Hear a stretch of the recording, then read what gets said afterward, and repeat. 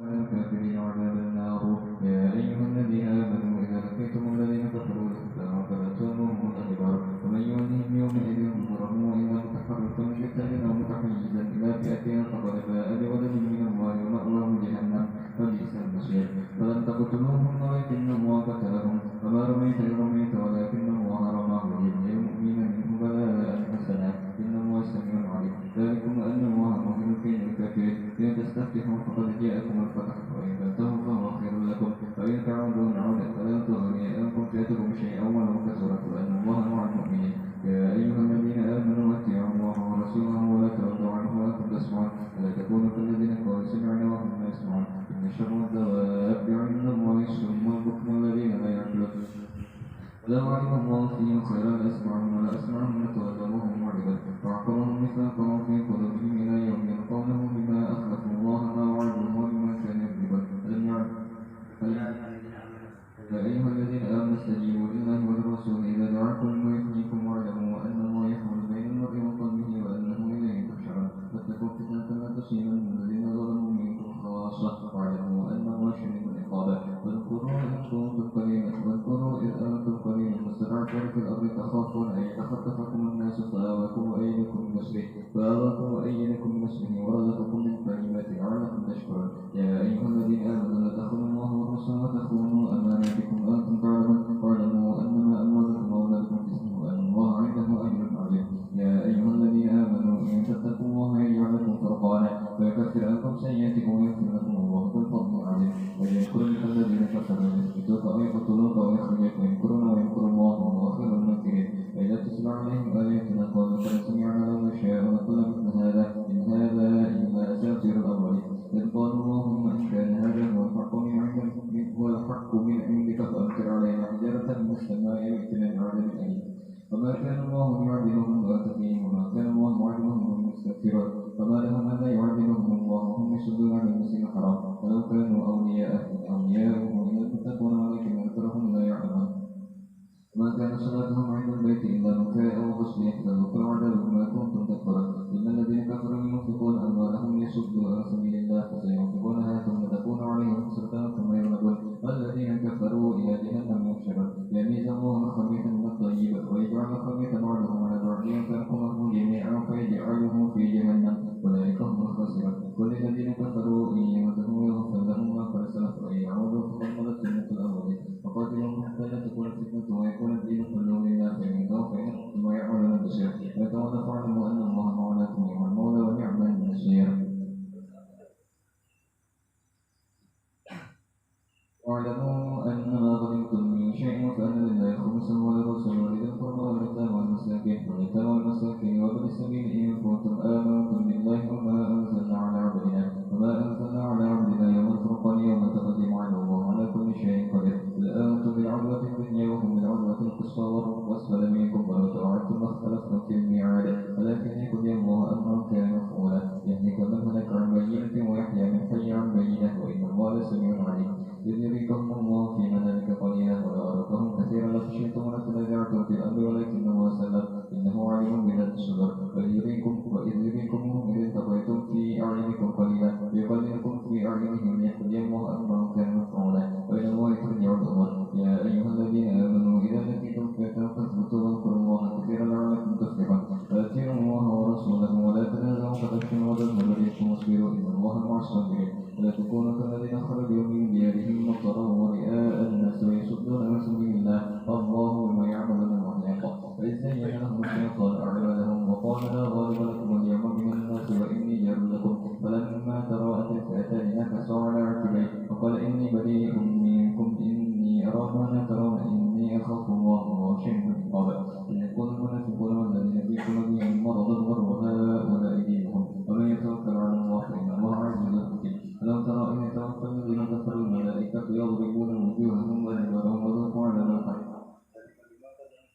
وأن الله ليس بظلام للعبيد. فنادي فرعون والذين من قبلهم كفروا بآيات الله فأخذهم الله بذنوبهم إن الله قوي شديد العقاب. ذلك بأن الله لم يكن مغيرا نعمة أنعمها على قوم حتى يغيروا ما بأنفسهم وأن الله سميع عليم. فنادي فرعون والذين من قبلهم كذبوا بآيات ربهم فأهلكناهم بذنوبهم وأغرقنا آل فرعون وكل وملائكته الذين عهدت منهم ثم ينقضون عهدهم في كل مرة وهم يتقون بما تستفادهم في الحرب فشرد بهم ما تستفادون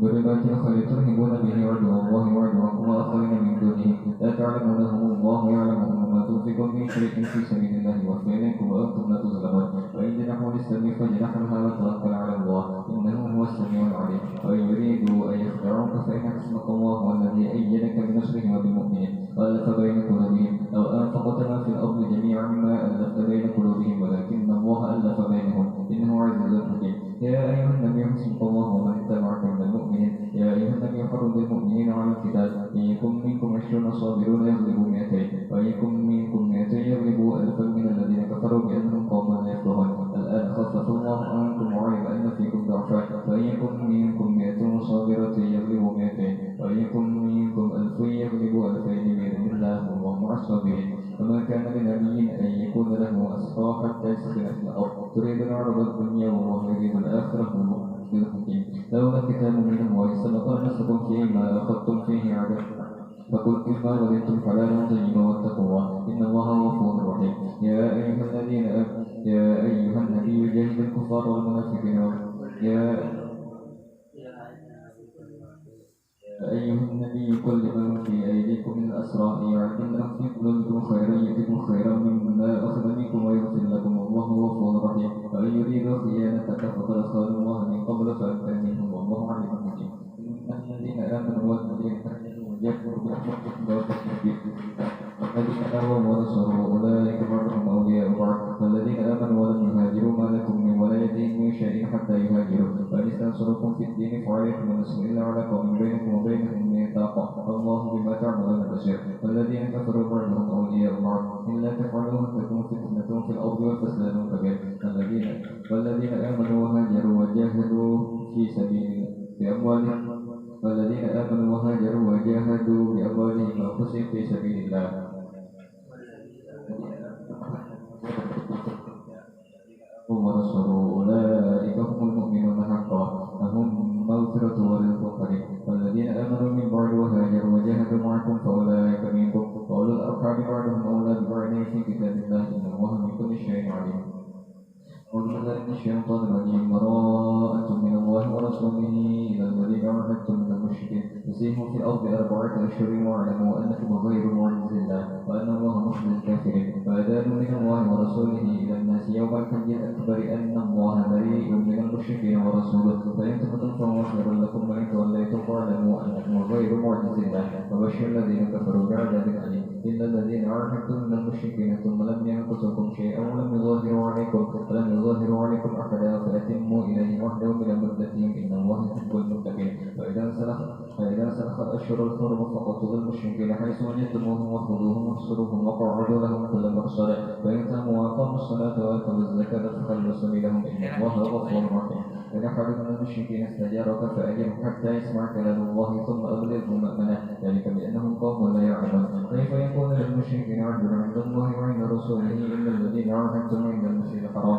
فاستقاموا لكم فاستقيموا لهم إن الله يحب المتقين كيف وإن يظهروا عليكم لا يرقب فيكم إلا ولا ذنب يرضونكم بأفواههم وتأبى قلوبهم وأكثرهم يستكبرون اشتروا بآيات الله ثمنا قليلا فصدوا عن سبيله إنهم ساء ما كانوا يعملون لا يرقبون في مؤمن إلا ولا ذمة وأولئك هم المعتدون فإن تابوا وأقاموا الصلاة وآتوا الزكاة فإخوانكم في الدين ونفصل الآيات لقوم يعلمون فإن تقوا أيمانهم من بعد عهدهم وطعنوا في دينكم فقاتلوا أئمة الكفر إنهم لا أيمان لهم لعلهم ينفعون ولا تقاتلون قوما نكثوا أيمانهم وهموا بإخراج الرسول يوم بدأوكم أول مرة وتخشونهم فالله أحق أن تخشوه إن كنتم مؤمنين قاتلوهم يعذبهم الله بأيديكم يخزيهم وينصركم عليهم ويشفي صدور قوم مؤمنين ويذهب بينكم منهم ويتوب الله على من يشاء والله عليم حكيم أم حسبتم أن تسبقوا ولما يعلم الله الذين جاهدوا منكم ولم يتخذوا من دون الله ولا رسوله ولا المؤمنين وليا والله خبير بما تعملون ما كان للمشركين أن يأمروا مساجد الله شاهدين على أنفسهم بالكفر أولئك حبطت أعمالهم وفي النار هم خالدون إنما يعمر مساجد الله من آمن بالله بالله واليوم الآخر وأقام الصلاة وآتى الزكاة ولم يخش إلا الله وعسى أولئك أن يكونوا من المهتدين فجعلتم سقاية الحياة وعمارة المسجد الحرام ومن آمن بالله واليوم الآخر وجاهد في سبيل الله لا يستوون عند الله والله لا يهدي القوم الظالمين الذين آمنوا وهاجروا وجاهدوا في سبيل الله بأموالهم وأنفسهم أعظم درجة عند الله أولئك هم الفائزون يبشرهم ربهم برحمة منه ورضوان وجنات لهم فيها نعيم مقيم خالدين فيها أبدا إن الله عنده أجر عظيم يا أيها الذين آمنوا لا تتخذوا آباءكم وإخوانكم أولياء إن استحبوا الكفر على الإيمان ومن يتولهم منكم فأولئك هم الظالمون قل إن كان آباؤكم وإخوانكم وأزواجكم وعشيرتكم وأموال اقترفتموها وتجارة تخشون كسادها ومساكن ترضونها أحب إليكم من الله ورسوله وجهاد في سبيله فتربصوا حتى يأتي الله بأمره والله لا يهدي القوم الفاسقين وقد نصركم الله في مواطن كثيرة ويوم حنين إذ أعجبتكم كثرتكم فلم تغن عنكم شيئا وضاقت عليكم الأرض بما رحبت ثم وليتم مدبرين ثم أنزل الله سكينته على رسوله وعلى المؤمنين وأنزل جنودا لم تروها وعذب الذين كفروا وذلك جزاء الكافرين ثم يتوب الله من بعد ذلك على من يشاء والله غفور رحيم يا أيها الذين آمنوا إنما المشركون نجس فلا يقربوا المسجد الحرام بعد عامهم هذا وإن خفتم عيلة فسوف يغنيكم الله من فضله إن شاء إن الله عليم حكيم قاتلوا الذين لا يؤمنون بالله ولا باليوم الآخر ولا يحرمون ما حرم الله ورسوله ولا يدينون دين الحق من الذين أوتوا الكتاب حتى يعطوا الجزية عن يد وهم صاغرون وقالت اليهود عزير ابن الله وقالت النصارى المسيح ابن الله ذلك قولهم بأفواههم يضاهئون قول الذين كفروا من قبل قاتلهم الله أن يؤفكون اتخذوا أحبارهم ورهبانهم أربابا من دون الله والمسيح ابن مريم وما أمروا إلا ليعبدوا إلها واحدا لا إله إلا هو سبحانه عما يشركون يريدون أن يطفئوا نور الله بأفواههم ويأبى الله إلا أن يتم نوره ولو كره الكافرون والذي أرسل رسوله بالهدى ودين الحق ليظهره على الدين كله ولو كره المشركون يا أيها الذين آمنوا إن كثيرا من الأحبار والرهبان لا يأكلون أموال الناس بالباطل ويصدون عن سبيل الله والذين يكنزون الذهب والفضة ولا ينفقونها في سبيل الله فبشرهم بعذاب أليم يوم يحمى عليها في نار هذا أنتم لأنفسكم فذوقوا تشهر عند الله 12 شهرا في كتاب الله خلق السماوات والأرض منها 4 حرم ذلك الدين القيم فلا تظلموا فيهن أنفسكم فتنكروا قاتلون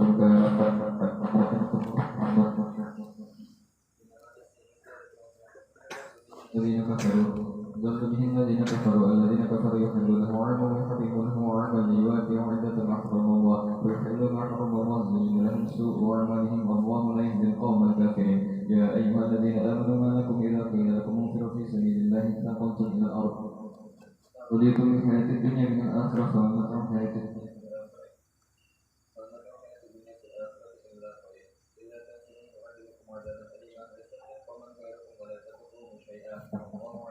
شيء قريب إلا تنصروه فقد نصره الله إذ أخرجه الذين كفروا ثاني اثنين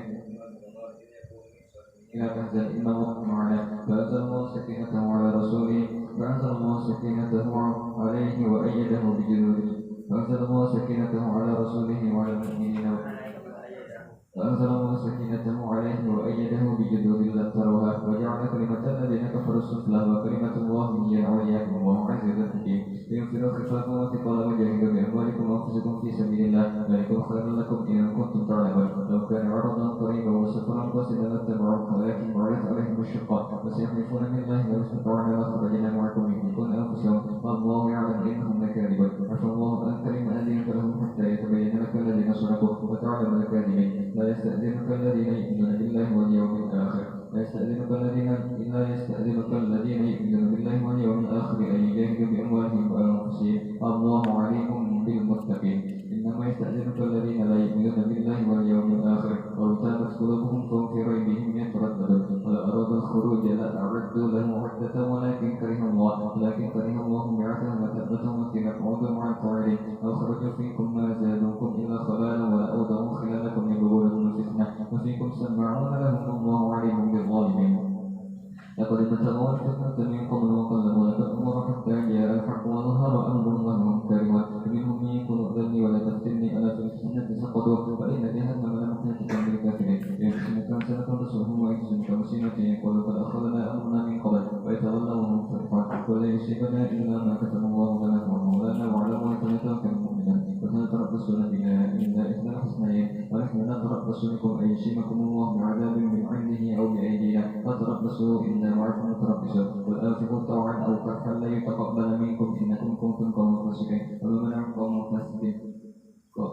وما منعهم أن تقبل منهم نفقاتهم إلا أنهم كفروا بالله وبرسوله ولا يأتون السنة إلا وهم كسالى ولا ينفقون إلا وهم كارهون ولا تعجبك أموالهم ولا أولادهم إنما يريد الله ليعذبهم بها في الحياة الدنيا وتزهق أنفسهم وهم كافرون ويحلفون بالله إنهم منكم وما هم منكم ولكنهم قوم يفقون لو يجدون ملجأ أو مغارة أو مدخلا لولوا إليه وهم يجمعون ومنهم من يلبسك في الصدقات وإن أعطوا منها رضوا وإن لم يعطوا منها إذا هم يسخطون ولو أنهم رضوا ما آتاهم الله ورسوله وقالوا حسبنا الله سيؤتينا الله من فضله ورسوله إنا إلى الله راغبون إنما الصدقات للفقراء والمساكين والعاملين عليها والمؤلفة قلوبهم وفي الرقاب والغارمين وفي سبيل الله وفي سبيل فريضة من الله والله عليم حكيم ومنهم الذين يؤذون النبي ويقولون هو أذن قل أذن خير لكم يؤمن بالله ويؤمن للمؤمنين ورحمة للذين آمنوا منكم والذين يؤذون رسول الله لهم عذاب أليم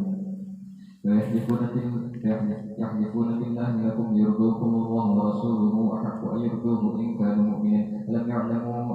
ألم يعلموا أنه من يحادث الله ورسوله فأن له نار جهنم خالدا فيها ذلك الخزي العظيم يحذر المنافقون أن تنزل عليهم سورة تنبئهم بما في قلوبهم قل استهزئوا إن الله مخرج ما تحذرون ولئن سألتهم ليقولن إنما كنا نخوض ونلعب قل أبالله وآياته ورسوله كنتم تستهزئون لا تعتذروا قد كفرتم بعد إيمانكم إن نعفو عن طائفة منكم نعذب طائفة بأنهم كانوا مجرمين المنافقون والمنافقات بعضهم من بعض يأمرون بالمنكر وينهون عن المعروف ويقبضون أيديهم نسوا الله فنسيهم إن المنافقين هم الفاسقون وعد الله المنافقين والمنافقات والكفار نار جهنم خالدين فيها يحسبهم ولعنهم الله ولهم عذاب مقيم استغفر لهم والذين من قبلكم كانوا أشد منكم قوة وأكثر أموالا وأولادا فاستمتعوا بخلاقهم فاستمتعتم بخلاقكم واستمتع الذين من قبلكم بخلاقهم وخذتم كالذي خاضوا أولئك حبطت أعمالهم وفي النار هم خاسرون وأولئك هم الخاسرون ولم يأتهم نبأ الذين من قبلهم قوم نوح وعاد وثمود والذين من بعدهم لا يعلمهم إلا الله جاءتهم رسلهم بالبينات فردوا أيديهم في أفواههم والذين من قبلهم قوم نوح وعاد وثمود وقوم إبراهيم وأصحاب مدين والمؤتفكات أتتهم رسلهم بالبينات فما كان الله ليظلمهم ولكن كانوا أنفسهم يظلمون والمؤمنون والمؤمنات بعضهم أولياء بعض يأمرون بالمعروف وينهون عن المنكر ويقيمون الصلاة ويؤتون الزكاة ويطيعون الله ورسوله أولئك سيرحمهم الله إن الله عزيز حكيم وعد الله المؤمنين والمؤمنات جنات تجري من تحتها الأنهار خالدين فيها ومساكن طيبة في جنات عدن ورضوان من الله أكبر ذلك هو الفوز العظيم يا أيها النبي جاهد الكفار والمنافقين واغلظ عليهم ومأواهم جهنم وبئس المصير يحلفون بالله ما قالوا ولقد قالوا كلمة الكفر وكفروا بعد إسلامهم وهموا بما لم ينالوا وما نقموا إلا أن أغناهم الله ورسوله من فضله فإن يتوبوا يكن خيرا لهم وإن يتولوا يعذبهم الله عذابا أليما في الدنيا والآخرة وما لهم في الأرض من ولي ولا نصير منهم من عاهد الله إذ آتانا من فضله لنصدقن ولنكونن من الصالحين فلما آتاهم من فضله بخلوا به وتولوا وهم معرضون وعقبهم نفاقا في قلوبهم إلى يوم يلقونه بما أخلفوا الله ما وعدوه وبما كانوا يكذبون لم يعلموا أن الله يعلم سرهم ونجواهم وأن الله علام الغيوب والذين يلبسون المطوعين من المؤمنين في الصدقات والذين لا يجدون إلا جهدهم فيسخرون منهم سخر الله منهم ولهم عذاب أليم استغفر لهم أو لا تستغفر لهم إن تستغفر لهم 70 مرة فلن يغفر الله لهم ذلك بأنهم كفروا بالله ورسوله والله لا يهدي القوم الفاسقين ولها المخلفون بمقعدهم خلاف رسول الله وكرهوا أن يجاهدوا بأموالهم وأنفسهم في سبيل الله وقالوا لا تنفروا في الحرب قل نار جهنم أشد حرا لو كانوا يفقهون فلتحكوا قليلا وليبكوا كثيرا جزاء بما كانوا يكسبون فرجعكم الله إلى طائفة منهم فاستأذنوك للخروج فقل لا تخرجوا معي أبدا ولن تقاتلوا معي عدوا إنكم رضيتم بالقعود أول مرة فاقعدوا مع الخالدين لا تصلوا على أحد منهم مات أبدا ولا تقم على قبره إنهم كفروا بالله ورسوله وماتوا وهم فاسقون ولا تعجبك أموالهم وأولادهم إنما يريد الله أن يعذبهم بها في الدنيا وتزهق أنفسهم وهم كافرون وإذا أنزلت سورة أن آمنوا بالله وجاهدوا مع رسوله استأذنك أولو الطول منهم وقالوا ذرنا لكم مع القاعدين وذل إن كنوا من الخوارج وتبع الله على قلوبهم فهم لا يفقهون لكن الرسول والذين آمنوا معه جاهدوا بأموالهم وأنفسهم فأولئك لهم الخيرات وأولئك هم المفلحون أعد الله لهم جنات تجري من تحتها الأنهار خالدين فيها ذلك الفوز العظيم وجاء المعذرون من الأعراب ليؤذن لهم وقعد الذين كذبوا الله ورسوله سيصيب الذين كفروا منهم لهم عذاب أليم ليس على الضعفاء ولا على المرضى ولا على الذين لا يجدون ما ينفقون حرج إلى نصر الله ورسوله وعلى المحسنين من سبيل والله غفور رحيم ولعل الذين إذا ما أتوك لتحملهم قلت لا أجد ما أحملكم عليه تولوا أعينهم تفيض من الدم حزنا ألا يجدوا ما ينفقون إنما السبيل على الذين يستأذنونك وهم أغنياء وذل أن يكونوا من الخوارج وتبع على قلوبهم فهم لا يعلمون.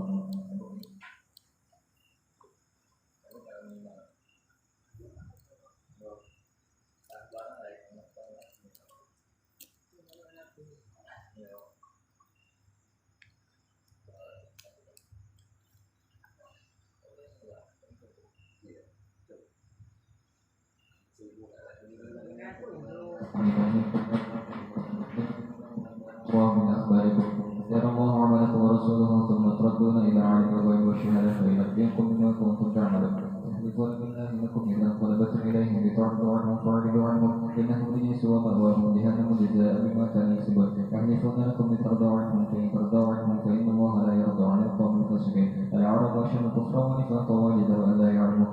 أن لا يعلموا حدود ما أنزل الله على رسوله والله عليم حكيم ومن الأعراب من يتخذ ما ينفق مضرما ويتربص بكم الدوائر عليهم دائرة السوء والسميع عليم ومن الأعراب من يؤمن بالله واليوم الآخر ويتخذ ما ينفق قربات عند الله وصلوات الرسول ألا إنها قربة لهم سيغفر لهم وفي رحمته إن الله غفور رحيم والسابقون الأولون من المهاجرين والأنصار والذين اتبعوهم بإحسان رضي الله عنهم ورضوا عنه وأعد لهم جنات تجري تحتها الأنهار خالدين فيها أبدا ذلك الفوز العظيم فممن حولكم من الأعراب منافقون من أهل المدينة مرضوا على النفاق لا تعلمهم نحن نعلمهم سنعذبهم مرتين ثم يردون إلى عذاب عظيم وآخرون اعترفوا بذنوبهم وخلطوا عملا صالحا وآخر سيئا فسموه أن يتوب عليهم إن الله غفور رحيم خذ من أموالهم صدقة تطهرهم وتزكيهم بها وصل عليهم إن صلاتك سكن لهم وهو السميع العليم لم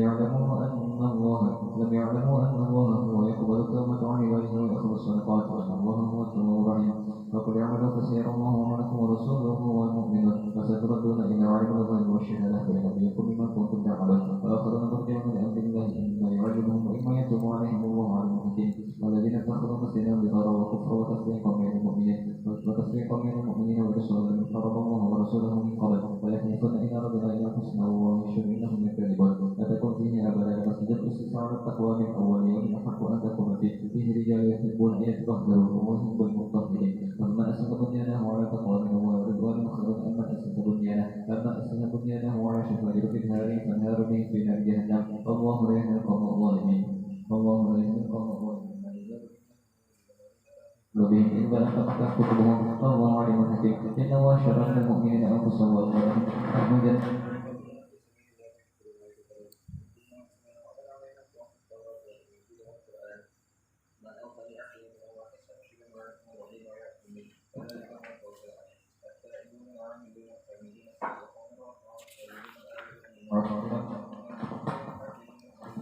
وبشر المؤمنين ما كان لنبي والذين آمنوا يستغفروا للمشركين ولو كانوا أولي قربى من بعد ما تبين لهم أنهم أصحاب الجحيم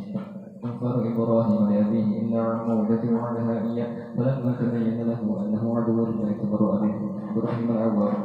وما كان الله يكتب عليه هذا ما إن الله بكل شيء عليم إن الله له ملك السماوات والأرض يحيي ويميت وما لكم من دون الله ولي ولا نصير لقد تاب الله على النبي المهاجرين والأنصار الذين اتبعوه في ساعة الأسرة من بعد ما كان يزيغ قلوب فريق منهم ثم تاب عليهم إنه بهم رؤوف رحيم وعلى الثلاثة الذين خلفوا حتى إذا ضاقت عليهم الأرض بما رحبت وضاقت عليهم أنفسهم وظنوا أن لا ملجأ من الله إلا إليه ثم تاب عليهم ليتوبوا إن الله هو التواب الرحيم يا أيها الذين آمنوا اتقوا الله وكونوا مع الصادقين ما كان لأهل المدينة ومن حولهم من الأعراب أن يتخلفوا عن رسول الله ولا يرغبوا بأنفسهم عن نفسهم ذلك بأنهم يصيبهم ظمأ ولا نصر ولا مخمصة في سبيل الله ولا يطؤون الموت أن يدعوا الكفار ولا ينالون من عدو إلا إلا كتب لهم به عمل صالح إن الله لا يضيع أجر المحسنين ولا ينفقون نفقة صغيرة ولا كبيرة ولا يقطعون عملا إلا كتب لهم ليجزيهم الله أحسن ما كانوا يعملون وما كان المؤمنون لينفروا كافة ولولا نفر من كل فرقة منهم طائفة يتفقهون في الدين ولينذروا قومهم إذا رجعوا إليهم لعلهم يحذرون يا أيها الذين آمنوا قاتلوا الذين يلونكم من الكفار ويجدوا فيكم من الله واعلموا أن الله مع المتقين وإذا ما أنزل صورتهم فمنهم من يقول أيكم زادته هذه إيمانا فأما الذين آمنوا فزادتهم إيمانا وهم مستبشرون وأما الذين في قلوبهم مرض فزادتهم رجسا إلى رجسهم وماتوا وهم كافرون أولا يرون أنهم يفتنون في كل عام مرة أو مرتين ثم لا يتوبون ولهم يذكرون فإذا ما أنزل سورة نظر بعضهم إلى بعض وضربوا من أحد ثم صرفوا الله قلوبهم بأنهم قوم لا يفقهون لقد جاءكم رسول من أنفسكم عزيز عليه ما أنتم حريص عليكم بالمؤمنين رؤوف رحيم فيتولون فقل حسبي الله لا إله إلا هو عليه توكلت وهو رب العرش العظيم بسم الله الرحمن الرحيم مثل تلك آيات الكتاب الحكيم أكان للناس عجبا أن أوحينا إلى رجل منهم أن أنذر الناس وبشر الذين آمنوا أنهم قد سبق يعملون قال كثير إن هذا لساخر به إن ربكم الله الذي خلق السماوات والأرض في 6 أيام ثم استوى على العرش ثم استوى على العرش يدبر الأمر ما من شفيع إلا من بعد إذنه ذلكم الله ربكم الله حقا إنه يقول خلق ثم يعيده للإنسان الذين آمنوا وعملوا الصالحات بالقسط الذين كفروا لهم شراب من حميم وعذاب أليم بما كانوا يكفرون والذي جعل الشمس ضياء والقمر نورا وقدره منازل لتعلموا عدد السنين والحساب ما خلق الله ذلك إلا بالحق فصل الآيات لقوم يعلمون إن في اختلاف الليل والنهار وما خلقه في السماوات والأرض الآيات لقوم يتقون إن الذين لا يرجون لقاءنا ورضوا بالحياة الدنيا واطمأنوا بها والذين هم عن آياتنا غافلون أولئك مأواهم النار وما كانوا يكسبون إن الذين آمنوا وعملوا الصالحات يهديهم ربهم بإيمانهم تجري من تحتهم الأنهار في جنات النعيم دعوهم فيها سبحانك اللهم وتحيتهم فيها سلام وآخر دعواهم الحمد لله رب العالمين لا يعجل الله للناس الشر استعجالهم بالخير لقضي إليهم أجلهم ونذر الذين لا يرجون لقاءنا في طغيانهم يعمهون إذا مس الإنسان الضر دعانا لجنبه أو قاعدا أو قائما لما كشفنا عنه ضرهم مرة لم يدعونا إلى ذر النساء وذلك زين للمسرفين ما كانوا يعملون لقد أهلكنا القرون من قبلكم لما ظلموا وجاءتهم رسلهم بالبينات وما كانوا يؤمنون كذلك نجزي القوم المجرمين ثم جعلناكم خلفاء في الأرض من بعدهم لننظر كيف تعملون إذا تتلى عليهم آياتنا بينات قال الذين لا يرجون لقاءنا ائت بقرآن غير هذا أو بدله قل من يكون بأن نبدله من تلقاء نفسه لا تتبع إلا من يوحى إليه يخاف من الشيء رب العالمين عظيم قل لو شاء الله ما تلوته عليكم ولا أدراكم فقد لبثتم عمرا من قبله أفلا تعقلون ومن أضل ممن افترى على الله كذبا أو كذب بآياته إنه لفيه المجرمون ويعبدون من دون الله ما لا يملك لكم ضرا يعبدون من دون الله ما لا ينفعنا ولا يضرهم ولا ينفعهم ويقولون هؤلاء شفعاء عند الله قل أتنبئون الله بما لا يعلم في السماوات ولا في الأرض سبحانه وتعالى أما يشركون وما كان الناس إلا أمة واحدة فاختلفوا ولولا كلمة سبق من ربك لقضي بينهم فيما فيه يختلفون ويقولون